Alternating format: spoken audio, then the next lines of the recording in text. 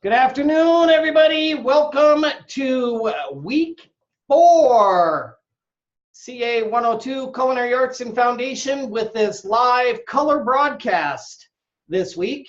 Talking a lot about some very exciting things, and I've been really happy with what we have seen with the week 3 assignments, and the person that's even more happy than I is Chef Matthew, because I think you guys treated him very well this week with some really good knife cuts. I heard a lot of good things about technology. The assignments I took a look at, the knife cuts are really progressing nicely. So hats off to the crowd out there. Chef Matthew, what's your feedback this week? It looks like there's been a lot of practice going on, and most importantly, you guys, you guys that are getting those high scores, you're most importantly, you're learning the material, or you knew it already. It doesn't matter to me. Either way, you're getting it, and you're listening. What we're saying is ringing a bell with you, and I love to see the growth, and love to see the improvement. So, and some of those knife cuts are just outstanding. I've been teaching culinary for a long time, so when I see a lot of outstanding cuts, I know I'm looking at a lot of outstanding cuts. You know what, I want to bring something up real quick. And I know a lot of us out there, we have a tendency to take ourselves pretty seriously. Don't. It ain't worth it in the long run.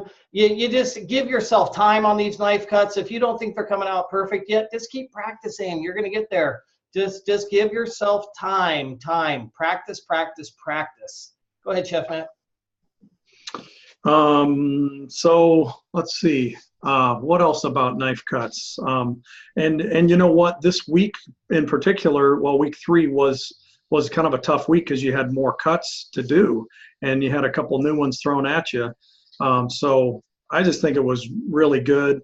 There are some that are struggling with knife cuts, and just like Chef said, that's not the end of the world. This is a foundations class. Everything you learn in this class is going to be something you need to practice. It's going to be something that you're going to do over and over and over. Every time I cook, I saute or poach or braise or cut julienne or small dice, or the list goes on. Every time I cook, if I cater or if I cook for my family. So I've got the $1 million question. How many people out there lost their fine brunoise on the cutting board? Anybody? Yeah. All right. Well, that makes you feel good. I'm not the only one, though. Those knife cuts are getting pretty far down there at a 1/16 of an inch. What about your fine julienne? Did anybody lose those? A couple of you. You got to get out your microphone, your eyeglass to find that thing. What else you got, Chef Matthew?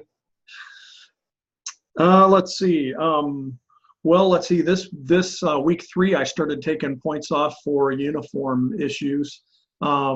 So if they're not showing the full head to toe, then I took a couple points off, and I'm not gonna take big points off. I'm not gonna gouge you guys for this little stuff. You're all adults.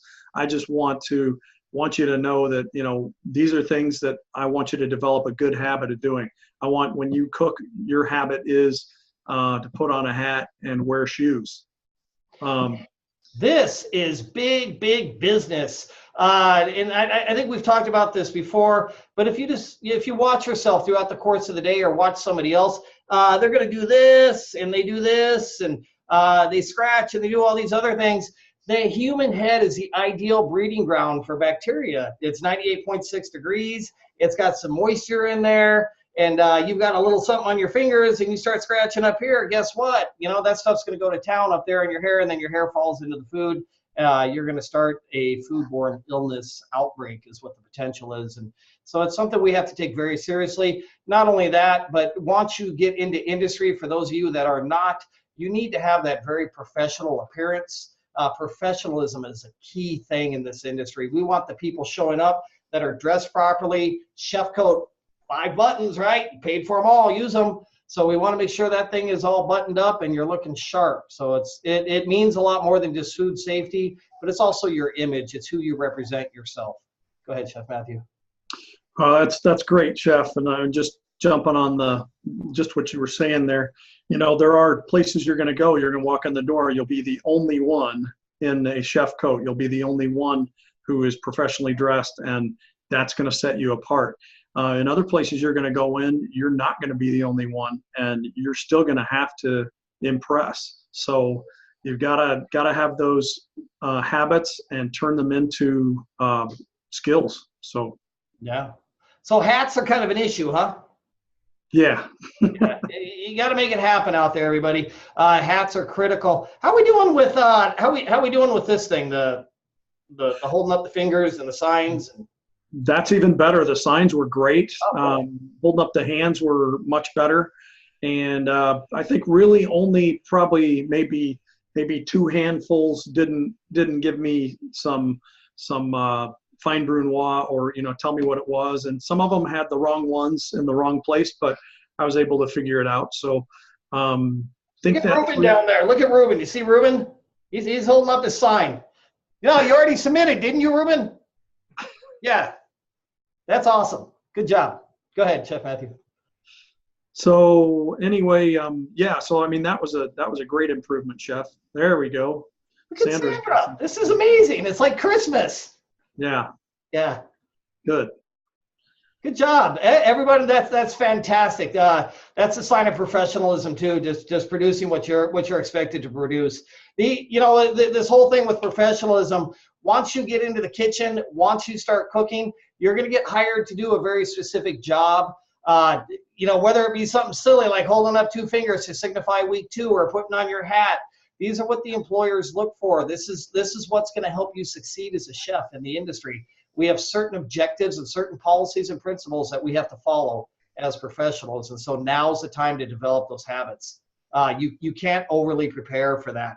So, hey, what about the knife grips?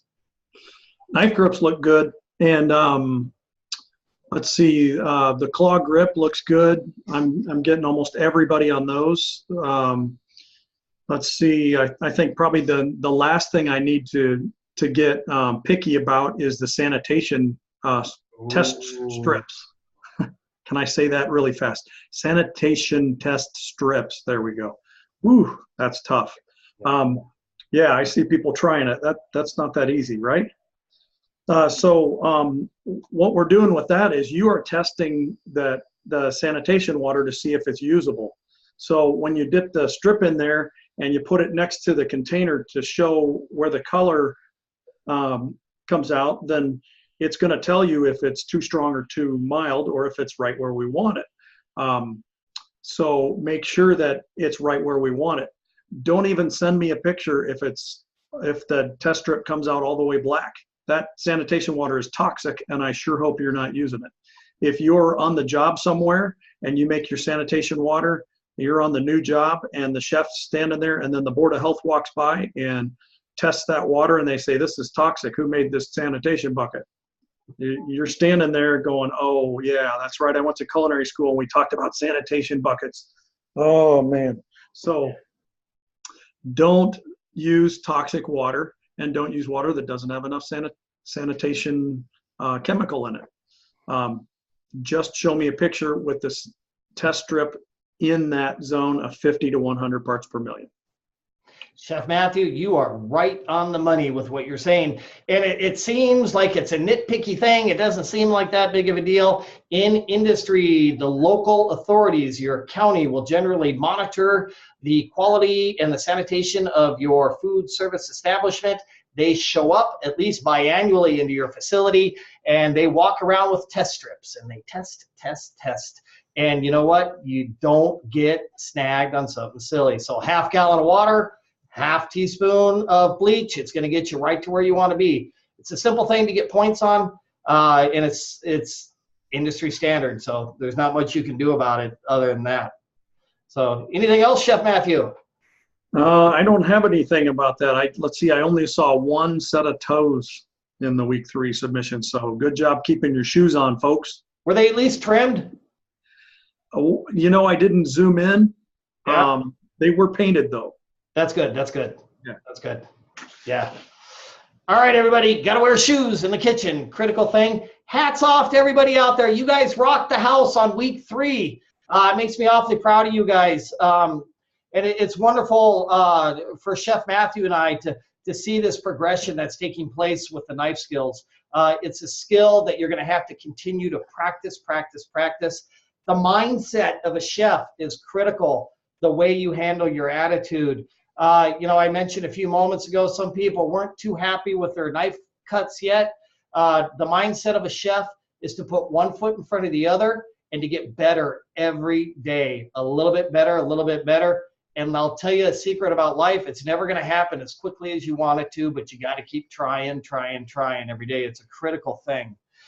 You got to remember this whole thing with culinary arts, it takes time, practice, discipline. Time, practice, discipline.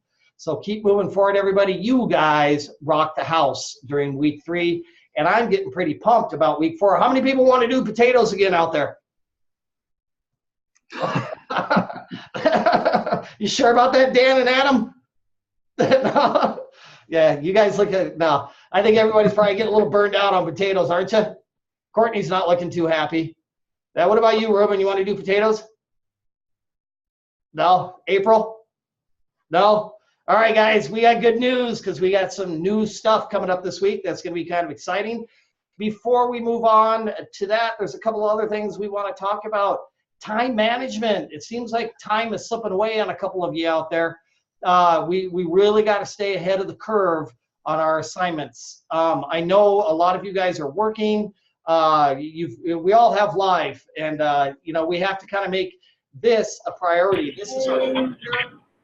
This is our future, and we are building tomorrow today. And we have to make our assignments, getting those things in early has to become a priority for everyone. It gives you a lot more time to correct any things. You can get 100% on your assignment, and so you can really succeed. We're going to talk about your week once again a little bit later on here, but start putting in the back of your head time management. Chefs, all chefs run ahead of the game. We're a very proactive breed of people, meaning we do not like to react to situations. We like to be proactive to situations. And once you get into industry, you're going to hear that quite a bit. Extra credit.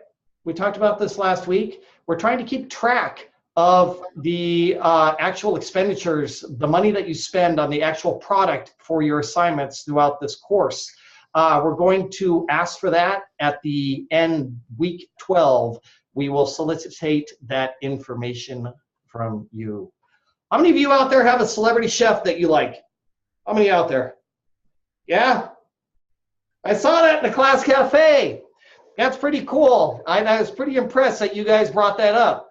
And that's kind of a big topic. I've never been too much into celebrity chefs. I think a lot of them are famous because of their personalities and not so much because of their culinary abilities. And I've always had a tendency to really get into the people that created our industry. Like Marie-Antoine Karim is one of my most favorite chefs of all time. They refer to him as being the world's first celebrity chef back in the 1700s. He started designing his food after architecture, and he is the one that created the grand buffets. And little known to many people, he became the mentor to Auguste Escoffier. So culinary arts has a rich tradition beyond today's celebrity chefs. Gordon Ramsay, I think he's an awesome chef. He's done a lot of great stuff, but I don't think too many people know about his true culinary ability. And if you ever read about him, he's got some serious culinary ability, but he's become famous because of his personality. And I really get into the true chefs, the people, the Thomas Keller, the Julia Child, Jeremiah Towers, Alice Waters, those types of people. So my recommendation to you is to take a minute and do a little bit of research in history, kind of go back to yesterday. Chef Matthew, who's your favorite? Well, quite a few of the ones you mentioned. A couple I think of. One is Paul Bocuse. Yeah, because of Nouvelle Cuisine, and which is passé, which is kind of funny when you think about it. And then Eric Ripert. He is a celebrity chef, but he's not really Mr. Limelight. He's kind of soft-spoken. He's not really good on the camera, but man, that man can cook. He has incredible restaurants, phenomenal known the world around for his ability to cook fish. So Yeah. So there's a lot of cool people out there that aren't on the Food Network that really deserve a lot of applaud. And I think I love Paul Bocuse. If anybody gets a chance out there to take a look at him, he is definitely the chef of France and the king of French cuisine by all means. Recently passed away at the age of 92. Is that correct? yeah, I think that's right. Yeah, and he said they once asked him, they said, hey, you know, if you were stranded on an island, what two things would you take with you? And he said he would only take one thing. He said he'd take a goat so it could make some cheese and he'd be happy. And he's also the one that came up with the saying that once you stop learning in the kitchen, you're going to start falling. So always keep an open mind towards learning in the kitchen. After 37 years in culinary arts, I still find myself learning new things every day. Absolutely. Yeah, absolutely. All right, everybody. Awesome rock star job on this week's discussion board. How many people out there got into it? Sign of hands. Everybody get into it out there? Yeah? I saw some great posts. I was really impressed with what you guys were talking about.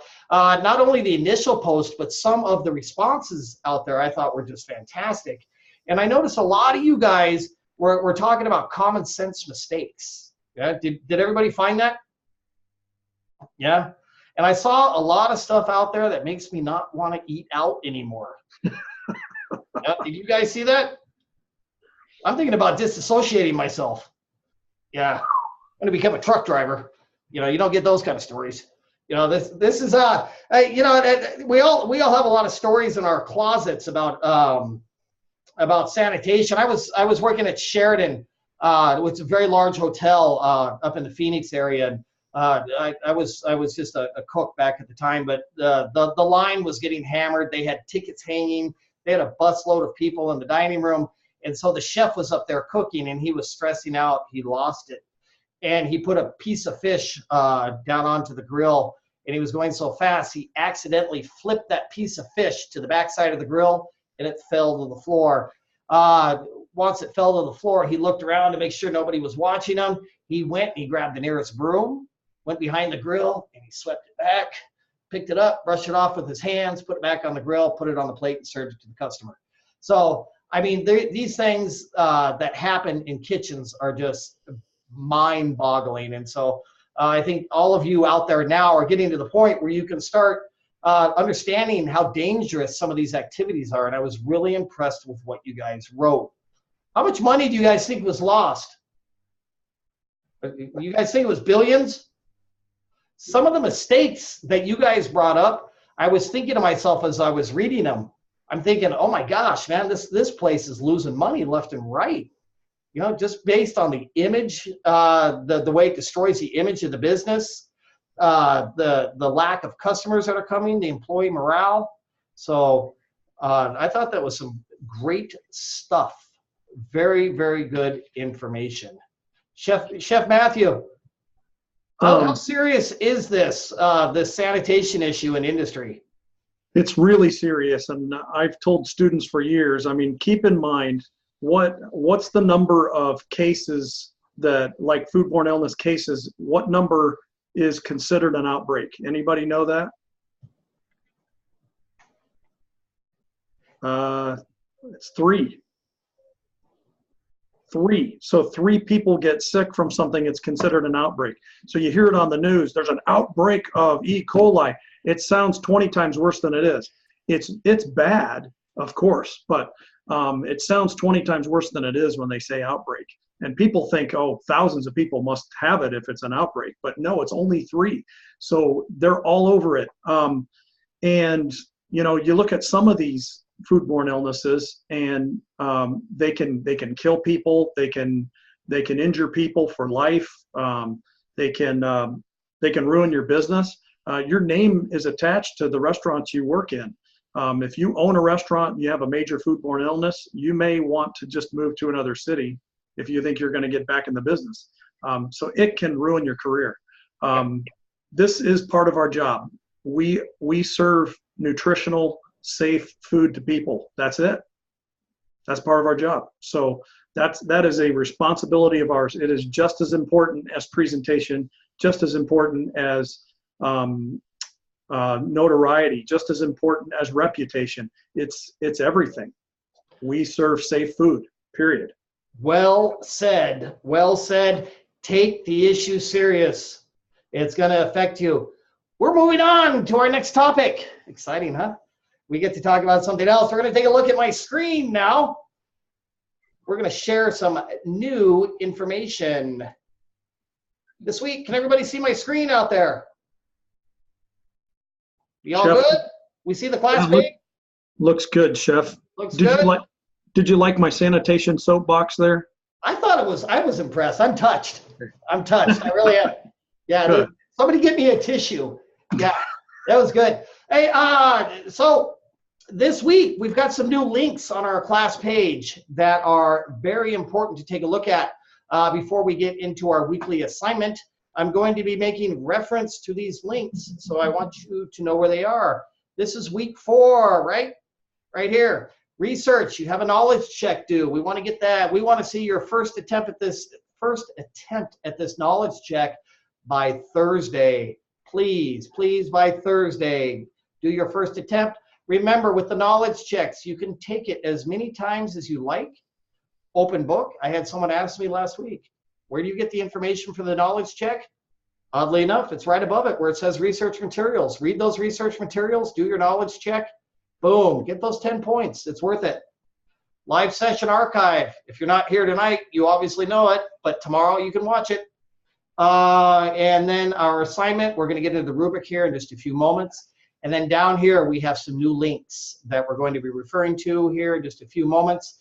And I want to make sure that all of you know where they are. There's a vinaigrette demo, a mayonnaise demo, a help folder that has some really great pictures in it, and how to use this narrative sheet. So we're going to be taking a look at these things here in just a few moments. And going back to our full screen here momentarily.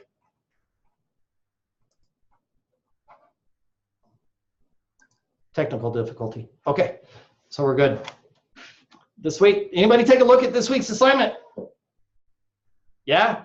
How many of you out there have made a vinaigrette? Anybody? Yeah, some of you have? Ivory made some. Yeah, looks like Dan's done some. Jermaine's done some. Cool. So we have a couple people that have done this already. We are moving into the world of emulsions.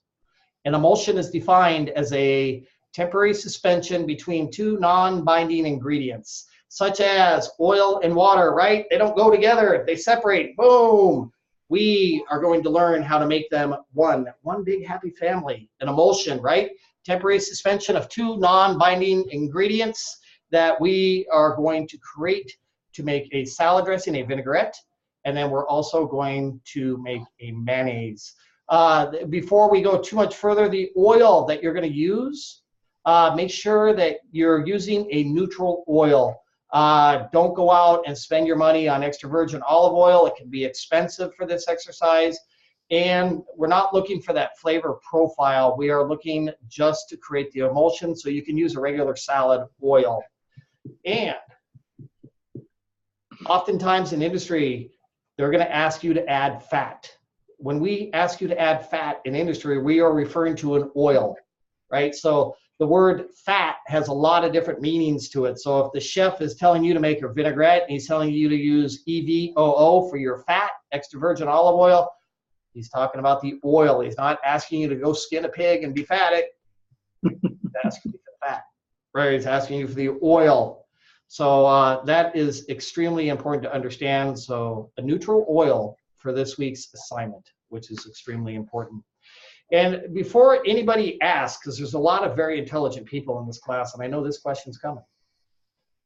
No is the answer. Because we want you to stick strictly with the recipe this week. We don't want you to be adding creative nuances to the mayonnaise. We don't need any chipotle or chili mulatto or any additional flavorings in there. We want to stick with the technique because we are focusing on the technique of creating the emulsion. Once you've created your mayonnaise, take it any direction you can go. These dishes are extremely versatile in which direction they can go. But for this exercise, we want to stick primarily with the technique and the actual recipe itself. So when we're taking a look this week at your vinaigrette, we don't want to see julienne crystallized apricot in there. We don't want to see any of that, just the ingredients that are listed. Am I right, Chef Matthew? You're just a note on that. You're totally right. And the whole point is obviously because we just want to see that you can do the technique, but also look at the simplicity of a really simple recipe. There's beauty in that because if you're creative at all, you can see lots of possibilities. So that's a good thing about a simple recipe. Learn a simple recipe. That's how a chef can walk into a kitchen and make 20 different vinaigrettes without ever looking at a recipe, because they know the basic formula of the most basic vinaigrette. They know the most basic formula of a basic mayonnaise. People like when I do classes, cooking classes or catering events, people will say, I didn't see you use one recipe. I was like, well, you know what? Vinaigrette's pretty easy stuff. And it didn't take a lot of memorization, but I use a basic recipe and then I trick it out where I want to. So learn the basic recipe. Very important. Technique this week. We're going to be working with vinegar too. Vinegars are pretty much known by 3 different things, and one would be their flavor profile, right? Such as a balsamic, which has got a pretty distinctive flavor profile, their sugar content, and then the level of acidity within the vinegar. For this week, we want to make sure that we're just sticking with a very fairly neutral vinegar, such as a white wine vinegar, apple cider vinegar, rice wine vinegar, something that's not too extreme one way or the other. So don't run out and buy white balsamic and trying to create this incredible vinaigrette. Stick with the basic vinegar just to create that emulsion that we're looking for. How many of you out there like kosher salt? How many of you out there use kosher salt? Right? What percentage of kitchens, Chef Matthew, use kosher salt? I think it's probably less than I'd like to see. It's probably 30, 40%. Yeah, commercial kitchens generally are all kosher salt, right? Yep. Getting there. Yeah. Yeah. We do not like to use regular salt in the kitchen. Granulated salt is a major no-no. It contains iodine, and we don't like to add iodine to our food, number one. And then number two, kosher salt is a flaked salt, so it sticks to your product much better. It's a pure salt, and once you become adjusted to cooking with it, you're never going to change back. So everybody needs to kind of get in the habit of working with kosher salt. It comes in a big box, blue box, generally, a Morton's box, or about 2-pound boxes are generally on the bottom shelf at your local grocer. You should start really getting in the habit of working with kosher salt for this recipe. And that's something we definitely prefer. So this week with this vinaigrette, we get to take a look at a video here in just a moment. But basically what we're trying to do is get this oil and the vinegar to emulsify through the use of force. And I'm not talking physical force. I'm not trying to get you to go out there and get mean. We're talking about with a whisk in a stainless steel bowl. So we're going to put our vinegar into the bowl. We're going to add our seasoning, and we're going to begin whisking vigorously. And we're going to slowly, very, very slowly, slowly drop the oil into the whisking vinegar, right? And as that emulsion begins to take, you're going to notice your vinaigrette's going to begin to turn white. We want to get it to the stage when we stick a spoon in and we rub our finger down the back side of the spoon that it stays separated, and that's what we refer to in industry as nappe, and you become very familiar with that term. So you're going to whisk your vinegar with your salt and pepper. Then you're going to drizzle that oil in. You're going to drop it in very, very slowly, 1, 2 drops at a time, until that white emulsion takes. Stick your spoon in, rub your finger down the back, and it should stay separated, which is what we refer to as nappe. Now, before we look at this very special video on how to make the vinaigrette, salad. We're going to dress some greens. Whatever type of greens you want to dress is perfectly up to you. It's whatever suits you is perfectly fine, whether it be arugula, kale, Lola Rosa, baby red oak, any type of green that you want to use is perfectly fine. However, we are pretty particular about how you dress those greens. Industry standard is about an ounce and a half of salad dressing per salad. All we want to do is just coat the greens. We do not want to serve a straw with our salad to drink the salad dressing. It's not necessary. And I've seen a lot of people do that where there's like a flood on the plate. So everybody out there needs to be careful. Just toss that salad enough until it becomes thoroughly coated, right, with the vinaigrette, and then you're going to take it and put it onto the plate. And there should be no vinaigrette running all over the place. We don't want our salad swimming. There's no lifeguard on the plate. So we just want to toss our greens, coat the salad, put it onto the plate. Let's take a look at this video. This is a great video done by Chef Luke, who was kind enough to let us use this video. And he is very talented at doing these videos here. Let's see what we got. If you notice, before we start this video, it's up on the screen. He's got that towel. Once we get it, we're going to get into hollandaise here pretty soon, and we're also going to be doing mayonnaise. We're also going to be doing the vinaigrette, and that involves mixing into a bowl. Pay attention to that. You're going to take a towel. You're going to get it wet. Dry it out a little bit. You don't want it dripping, but you're going to get it a little bit wet, and then you're going to roll it up like this, and then you're going to create a circle out of it, put that down onto your work surface, and then you're going to put the bowl into the towel. So make sure you catch that.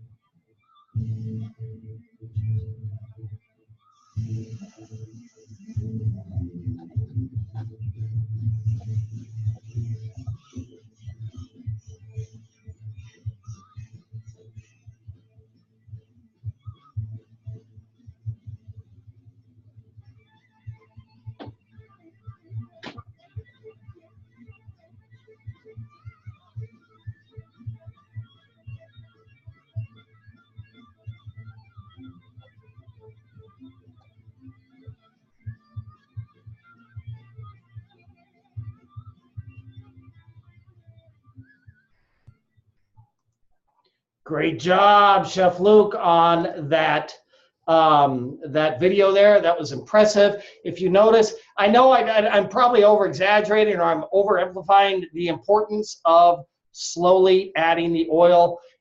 Some of you are going to break your mayonnaise and some of you are going to break your vinaigrette this coming week. Generally, it's because of two causes. One would be adding that oil too quickly, and the other would be a wide variance in temperature, meaning that the vinegar is too hot, the oil is too cold. They should be about the same, both at room temperature, about the same temperature. So make sure that there's no extreme temperature variation, and also slowly add the oil is extremely critical. Chef Matthew. One other thing, don't stop. So Yeah. don't whisk and then go, oh gosh, I want a couple Oreos, and then just set your whisk down and go eat a couple cookies and come back and think that you're going to have an emulsified dressing. No, you gotta stay with it the whole way through. Endure the soreness in your arm for just a couple minutes and get all the way through it. Whether the phone rings or whether Mother Nature calls, put it to the side, because you got to get that dressing done. It's extremely critical. If you do stop, that friction creates heat in your bowl, and it's going to force things to separate. So you got to take it very seriously. Make sure that you take care of everything before you start, because it's going to happen. How many of you out there have had real mayonnaise before? And I'm not talking about the stuff off the shelf. Oh, cool. So we've had some people. Awesome, awesome. Big difference in the flavor, isn't it? Yeah. We're going to learn how to make it this week, and we're going to learn how to make it the right way. Real mayonnaise, I mentioned this a moment ago. Let's focus on the technique, because once you master this technique, a lot of different ways you can go with making it. But the big difference between mayonnaise and a vinaigrette, Mayonnaise uses an emulsifier. There's a lot of different emulsifiers out there.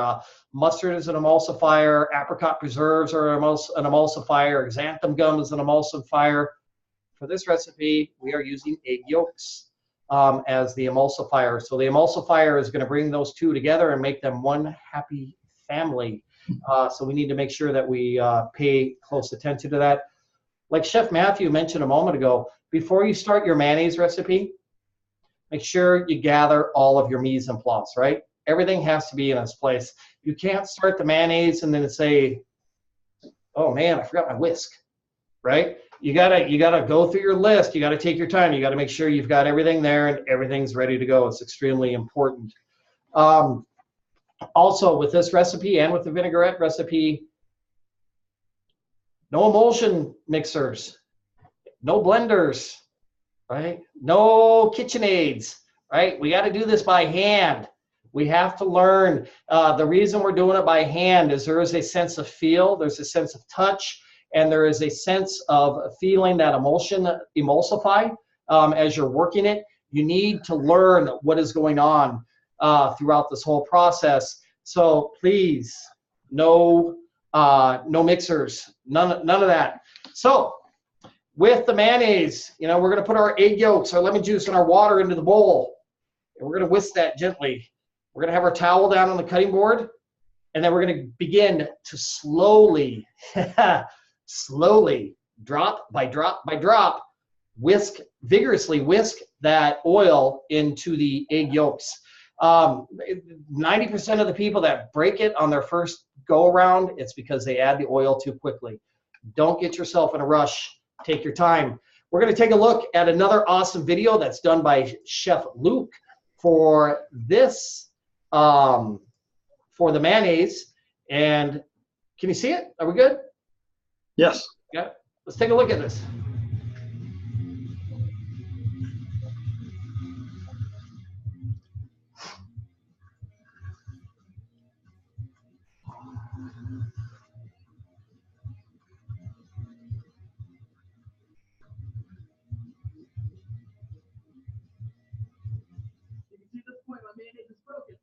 Time to panic, right? Nope. A little lemon juice, yolk left in my fish. Those in there.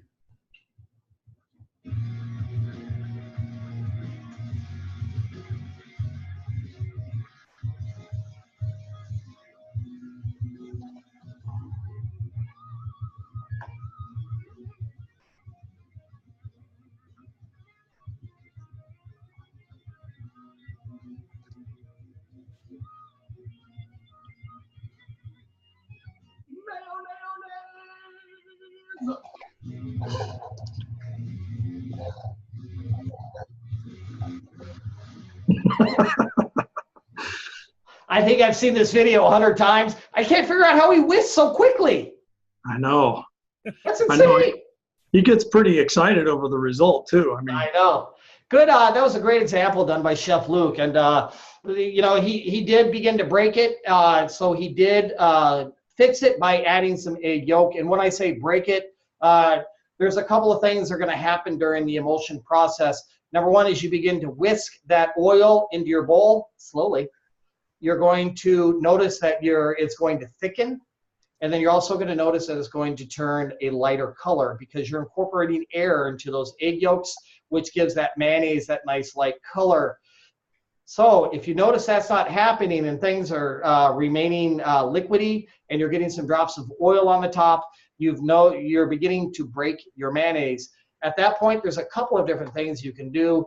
In that video, he added some additional egg yolk directly to it, which seemed to help him out quite a bit. And then he went back to whisking vigorously and it saved his mayonnaise. Or you could probably take another stainless steel bowl, put another egg yolk into it, create a proper emulsion, and then stir your broken mayonnaise into the proper emulsion. And those are two good things that would help out. Chef Matthew, I think we have a couple of raised hands out there. What about Tonya? Tonya? Yes. So I'm curious about a vegan mayonnaise because of the eggs for my daughter. Uh-huh. There are some vegan emulsifiers available out there. And I've seen them. Xanthan gum is an excellent emulsifier that should be available. I think they sell it at Sprouts and at Whole Foods. Okay, I've got a Sprouts right down the road from me. Yeah. Xanthan gum? Xanthan gum, and Amazon carries it as well. So if you have that out there, that's a great place. So how much xanthan gum per egg would it be then? To be honest with you, you're going to have to look up a recipe for the vegan man using xanthan gum, because I don't want to give you a ratio that's improper, and that's exactly what I'm doing. Yeah.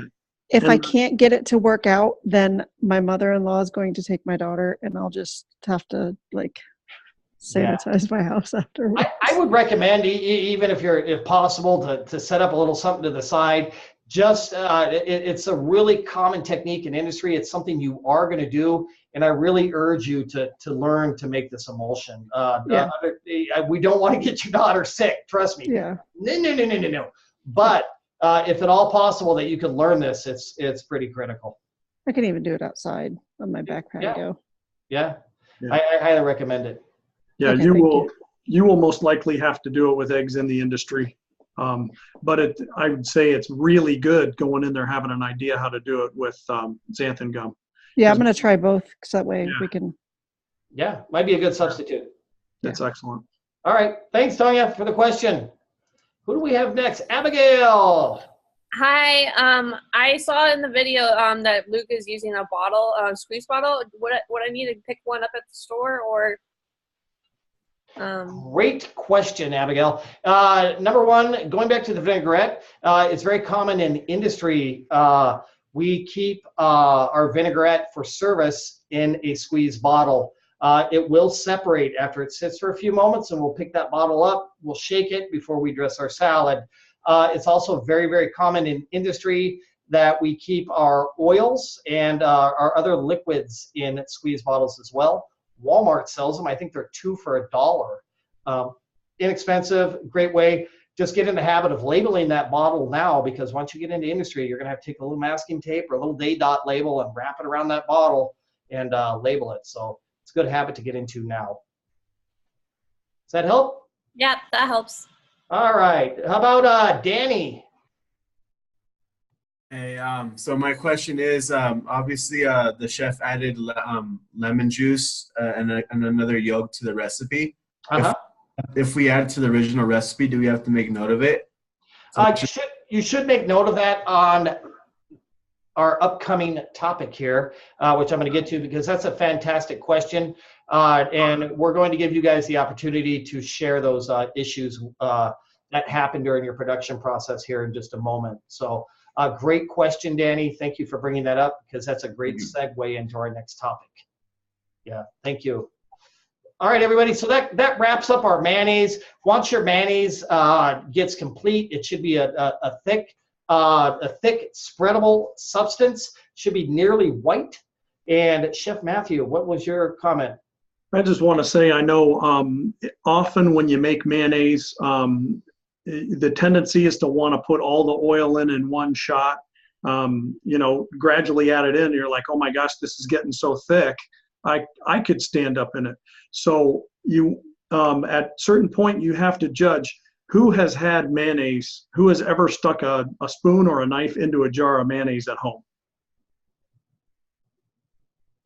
Should be almost everybody. I'd be amazed if you never have seen mayonnaise. But when it starts looking like it's thick enough that it's mayonnaise, you keep adding oil, it'll get thicker and thicker, because you're emulsifying more oil. You will need to thin it a little bit with water or lemon juice, whatever your recipe still has remaining. So just keep in mind, you may have to kind of go back and forth a little bit. More oil, little lemon juice water, more oil, little lemon juice water, till you get all the oil added in. I just noticed that as a common question and a common conundrum. Good comment. Good comment. I like that. It's a very, very important. You want that mayonnaise to be extremely thick. That your knife or something should be able to stand up in there. And if it does become overly thick, you run into the problem of breaking it, and we don't want that. Yes. So, our next topic. is our new addition to your week here at Escoffier. And once you become a chef in industry, you're going to have to learn how to describe your flavors. You're going to have to learn how to describe the process, and it's a situation of communication. It's an extremely vital tool. Once you guys are working with your cooks out there, like Jermaine, he's going to have like 20 cooks in his kitchen, right? And he's going to have to be able to describe the flavors to his staff, right? Isn't that true? He's going to have to describe how to produce it, right? Tomorrow, Liz, right? So you have 10 cooks in your kitchen, and you're going to say, I need you to make mayonnaise. You have to learn how to describe it. Gianna, the same thing. You have to learn how to communicate these culinary terms with us. And that's where we get into doing our weekly narrative, which is an extremely important tool that is going to be attached to each assignment. It seems a little bit overwhelming in the beginning. It might take you an extra minute to get it done, but you know what? Once you get in the habit of doing these, you're going to be able to crank out that communication. It will be a vital tool to your success in this industry. I can't tell you how many times I've been tableside, or I've been in a banquet and I've been up on stage and I've been talking to all the customers. I've been describing our amuse-bouche to the people, and I have to reach down to utilize terms, the umami, the bitter, the sweet, the sour, and I have to be able to describe these things. You will be the same, in the same shoes soon. So I'm going to share my screen once again, and we're going to take a look at our narrative that is coming up. Can everybody see that out there? That looks good. Yes. Beginning each week, beginning this week, congratulations. You're going to fill out a narrative with each assignment. And on this narrative is going to include some vital information. Danny brought up a good point about having to add some egg yolk. And here in this information is where you'll list it. At the very top, you're going to put your name. Then you're going to have your weekly assignment. Week 4, emulsions, vinaigrette, and mayonnaise. And then what are the techniques being learned? This week we're learning emulsions is what we're learning this week. And then in this box right here, you're going to want to add any notes to your evaluator that he needs to know about your assignment. I had to add extra egg. I had to add extra lemon juice. Down here, these are the steps, the step-by-step task that you will be doing to make your assignment. This should be done before you execute the assignment. This is not where the recipe goes. So, for example, gather mise en place, egg yolks in the bowl, whisk egg yolks, add lemon juice, slowly drop the oil in.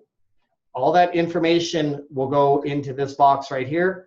This is the same sheet that I showed you just a moment ago that is on our class page. Down here, observations. What was it like? What was the mayonnaise like before you made it? Egg yolks were bright yellow and runny, right? Second observations, they began to get thick as they were cooking. In here, all these red letters tell you exactly what you want to be putting in or into these boxes. And then you're going to describe what it's like after it's cooked. Down at the bottom of this page is a flavor wheel. A lot of us are still learning to describe particular flavors, right? So we have to learn how to describe the 5 principal flavors that are on our palate, right? Bitter, salt, sweetie, umami. We have to learn how to bring these flavors on our palate into words. So we're going to start utilizing that verbiage right in this box.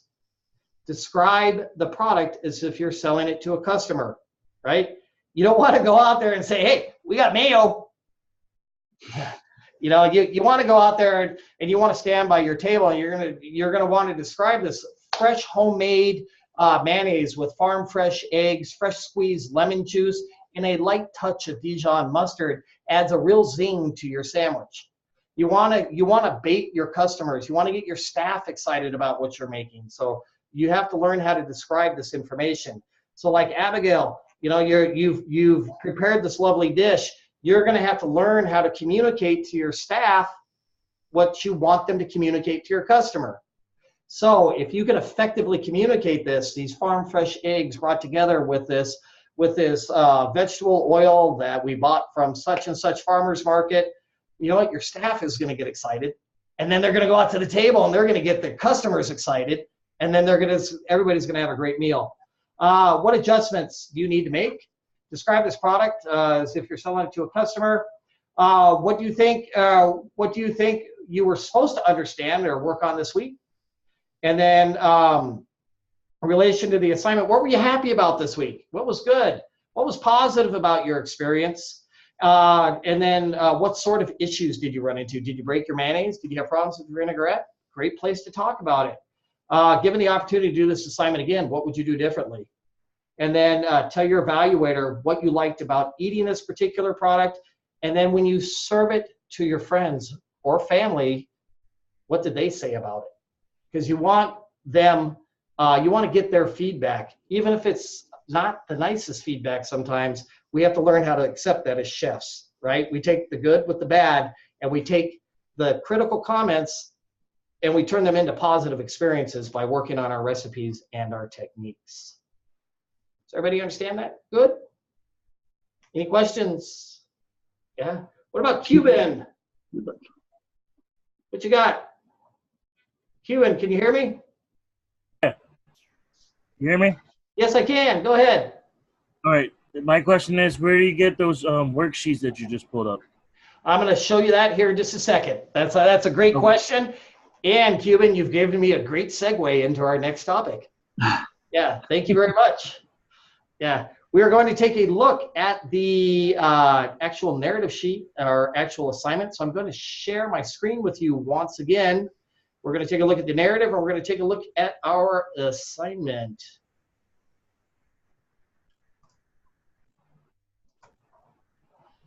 So this is our week 4 assignment. We already talked about the knowledge check, the research materials, live session. You're here now. Congratulations. This is your link to the actual assignment itself, and then the help folders and the videos that we talked about earlier. We're going to click on our assignment, and that's going to take us to our assignment page, also known as our rubric. This is where it explains exactly how you're going to do your assignment, and then and how many pictures you're going to submit. Exactly. You want to count? You want to count? How many is that? So right down here at the bottom, it says required documents. You're going to click on the narrative and production sheet, and you're going to make a copy for yourself. Once you've completed filling it out, you're going to submit that into your folder and submit the entire folder with your assignment. Does that make sense? So yes. This is on the rubric, and this is what you're going to click on, and that's what you're going to do. This assignment, the vinaigrette, self-identification photo. We brought up some good suggestions earlier in this class. Make sure you got that hat on. Make sure that jacket's buttoned up. Make sure you're looking good, professional, right? Sanitizer. Test strip between 50 and 100 parts per million. No black test strips. No 200 parts per million. We don't want to get anybody sick. Proper mise en place. You want to make sure your station is properly set. You've got your anchor, your cutting board, all your stuff is nicely laid out. Remember, we just spoke a moment ago. We don't want you running around looking for stuff halfway through this. It's not going to work. Then you're going to put your acid into the bowl with seasoning. Acid is also another term for vinegar. Then we're going to we're going to do acid with 1/3 of the oil, just to take a look at the cooking process, to see the development of the vinaigrette. Then we're going to add the other 2/3 of the oil, and then we're going to take a picture of that. And we're going to take the full vinaigrette recipe, the close-up in the spoon, where you put it in there and you rub your finger down the back of the spoon, and then you're going to take your salad greens and you're going to lightly toss them. Remember, no lifeguard on the plate, no straws being served with salads. So we want to make sure that we keep that vinaigrette, just coat the greens nice and evenly. And if you notice up in the corner right here, it says vinaigrette, 1/4 recipe. So you will take the entire recipe and you will divide the ingredients by 4. It's week 4, huh? 4, divide recipe by 4. So if it calls for 1 cup, you can use a 1/4 cup. If you want to do a full recipe, go for it. Not absolutely necessary. and lets you eat a lot of salads. So a 1/4 recipe is perfectly fine. Cold emulsion, which is going to be our mayonnaise. Self-identification photo. If you're doing this in 2 different segments, you are required to have 2 different self-identification photos with that picture, with that week 4 thing there. And then sanitation test strip bucket, we just talked about there. Mise en place, critical. Gather it up front. Emulsifier, acid, liquid in the bowl. So that means, what's our emulsifier with this one? Anyone? Egg, right? There you go. Egg. Our acid for this recipe is lemon juice, and the liquid will be water in a bowl. Take a picture of it. Then you're going to add 1/3 of the fat. Our fat is neutral oil. And then we're going to add 2/3 of the fat, which is neutral oil. And then we're going to take a picture of the finished sauce. So that is this week's. How many pictures was that, Chef Matthew? It's 8. I think it's 8 in the first one. 1, 2, 3, 4, 5, 6, 7, 8. And then 4, 5, 6, 7 in the second. Is that 15? That's 15 total. Yep. Yeah. Yeah, so we're going to do 15 photos this week with our assignment. We're also going to submit our narrative sheet. If you have problems with your narrative sheet and you don't understand it, reach out, ask. We're here to help you. We'll help you fill it out. We'll walk you through it. It's no problem. Our contact information is right on the side of the page. That's what we're here for. So if you need additional information about that, please feel free to reach out. I just want to remind everybody real quick before we wrap this up how important it is to stay ahead of the game. We want to be getting our assignments in by Sunday, our knowledge checks done by Thursday. On Wednesday, you really want to start working. You want to be at the live session. You want to work on your discussion, the discussion board, if applicable. We don't have one this week. Then you want to get your knowledge checks done on Thursday, right? Get it done, get it submitted, get those points, boom, out of the way, push it to the side. And then Friday, we want to make sure that we purchase our product, we gather our mise en place, and then we have to get things planned out in our heads. Chefs do not walk into a banquet of 1,000 people and just start cooking. We spend days planning, organizing, and get it done. We always work way ahead of the curve. It's critical. And then Friday or Saturday, you want to work on your assignment. Sunday, you just want to review your assignment, make sure it's all done. Boom, submit it. This way, if Chef Matthew sends it back on Monday, you've got plenty of time to fix it. You're on easy street. Tuesday night, you should be sitting on the back porch drinking a glass of tea, right?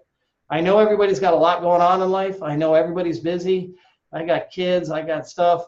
We're all spread all over the place. Make this a priority. It's going to lead you to success. You are building your tomorrow right now. So get those assignments in early. It's only going to help you out in the long run. Once again, just as a reminder, IT, if you have any Google issues, and you guys did great on your links this week, 877-224-8576. Number is always on the bottom of the page. And then if you have questions regarding your particular assignment, your grade, talk to Chef Matthew. He'll help you out. He'll get right back to you. Then if you have any questions, you don't understand the assignment, you've got attendance problems, you have other issues, reach out. Talk to Chef Warren. That's me, moi. We're going to help you out. That's what we're here for. Your success is our priority. So we can't help you unless you communicate. If it's Wednesday and you know that you're not going to be able to get your assignment in by Sunday or Tuesday night even, reach out then. Let us know so we can help you out. We can create a little plan. We can work with you. But when you contact us on Tuesday, it's tough. So yeah, help us help you. That's what we're here for. You guys rock.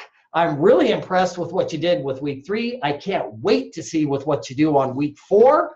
Let's see. Timothy out there has a question. Timothy.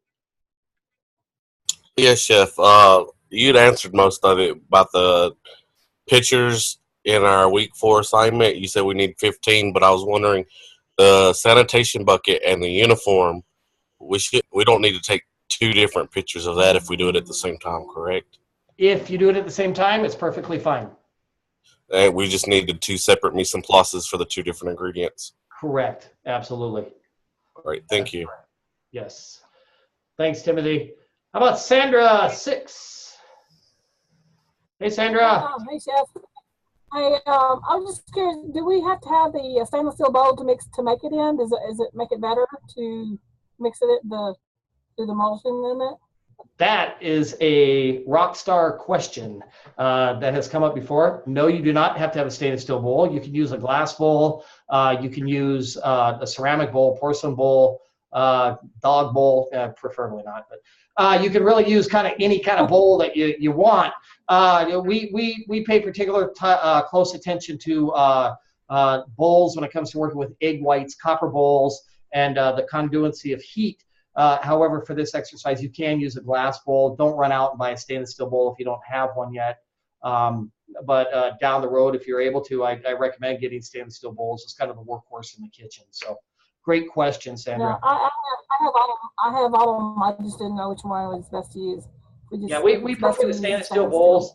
Number one, glass breaks, porcelain breaks. We don't like glass chips in the kitchen. You end up having to throw everything away. Stainless steel bowls, they dent. So those are generally the preferred. You want a little bit of friction. So using a stainless steel whisk and, like Chef said, glass or porcelain will work because that'll provide some friction. What you definitely don't want is one of those Tupperware plastic bowls. That's just not like a salad bowl, picnic salad bowl thing. That's just not going to work. It's not going to, it'll work, but it's just not going to give you the friction. It's going to kind of work against you. So. Yep, absolutely. Good answer. What about, what about my friend Archie? Hey, Chef. You still got the same happy birthday banner. Yeah, it's going to be there. This is my man cave. We got to have like a little run-a-thon or something to raise money to get you a new one. Yeah. My question was about the whisk. I've got the silicone whisk. Does that make a difference, or should I be trying to find a stainless steel whisk? Okay, the actual material doesn't make too much of a difference. The silicone is perfectly fine. However, in the kitchen, we work with different size whisk. One would be a piano wire whip, and then the other would be traditionally what we call a horsehair whip. And one will have thick strands, and the other one will have finer strands of metal. The piano wire is traditionally the thinner, and that is what we prefer to use for emulsions such as mayonnaise or making things such as whipped cream. The finer strands of metal will help incorporate more air into the product. They're lighter, they're easier on the wrist. We don't want any carpal tunnel going on. So that is a preference. The heavier, dutier whisk are for stirring stews and sauces and that type of thing. So piano wire whisk is what I need to go try to get. Okay. That's preferable. You could get away with the silicone whisk for this exercise, but if you could get a piano wire, go for it, yeah. Okay. Also, I have a big old thing of pink Himalayan sea salt. It's really fine, but it's like a big Costco size, like that big. 55-gallon drum? Yeah, I use it all the time, and it works. So I'm like, can I use that instead of the kosher, or do I need to go ahead and get the kosher? Is that even just... You can use the sea salt. Sea salt, you're all starting out in this industry, and you're going to see a lot of trends over the years, things that pop up and then things that go away. And sea salt became really popular there and salt from Himalaya all of a sudden became really popular for some reason as well. And now that's kind of dying out. We're kind of going back to our old standby of kosher salt. So use the sea salt, absolutely, no problem. It's going to add great flavor to it. But eventually you'll want to get into the kosher. Okay, thanks. That's all. You're welcome. Yeah, as long as your salt's fine, it's going to dissolve in there just fine. If it's too big and chunky, it's going to take too long to dissolve. So that's my only thing with salt. And if it comes out, my mayonnaise might come out a little pink, or no? No. Archie, you're on your own if you come out with pink mayonnaise. Don't even say it. Yeah, that was a little too different for me. Yeah. Yeah. Does anyone else have any questions out there? Anyone? Awesome class there. Let's see, Ruben, what do you got, man? Let's see. I don't know. Last Friday, I got mixed up with another chef, and it kind of threw me off. I don't know if you heard about it, but Chef Chris shouted out to me thinking I was his student, and we got mixed up with some kind of info, and so I didn't realize it till like Saturday night. He accepted me for a student, so I spoke to him Saturday. He said, yeah, you could submit your late assignment week 11. And then he said I wasn't making attendance. I'm like, I have been making attendance. I'm only in week 3. I do all the live sessions. And that's when we figured out we both had the wrong people. Oh, so that kind of threw a wrench in mistaken identity. Yeah, he had texted me saying I wasn't at attendance. I wasn't showing attendance, but I was like, it's only week 3. I've been going to every live session. And it went on until Saturday. You should have played it out and tried to extort some money from him. No. I mean, I didn't figure it out till Saturday. I went along with it. I didn't figure it out till Saturday. To myself. I just want to throw it out there. It kind of threw a wrench in the beginning, but we fixed it now. I spoke to my success coach and we worked it out. Yeah, thank you for being understanding. It's I can't. I'm not quite sure what happened. I'm sure it was an honest mistake, and thank you for being understanding. We appreciate that. Yeah, looks like we have another question from Chris here. Chris, what's up? There's no discussion board this week? There is no discussion board this week, primarily because we are introducing the narrative sheet, and we don't want to overload you with too much stuff on your plate.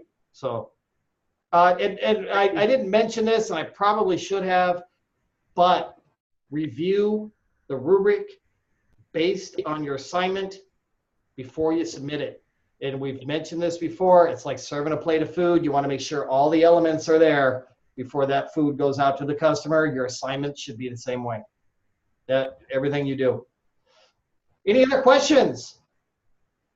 Thoughts, concerns? All right. Great job, week 3. Looking forward to week 4. Hope to see everybody next week. Take care. Night. Thank you. Good night.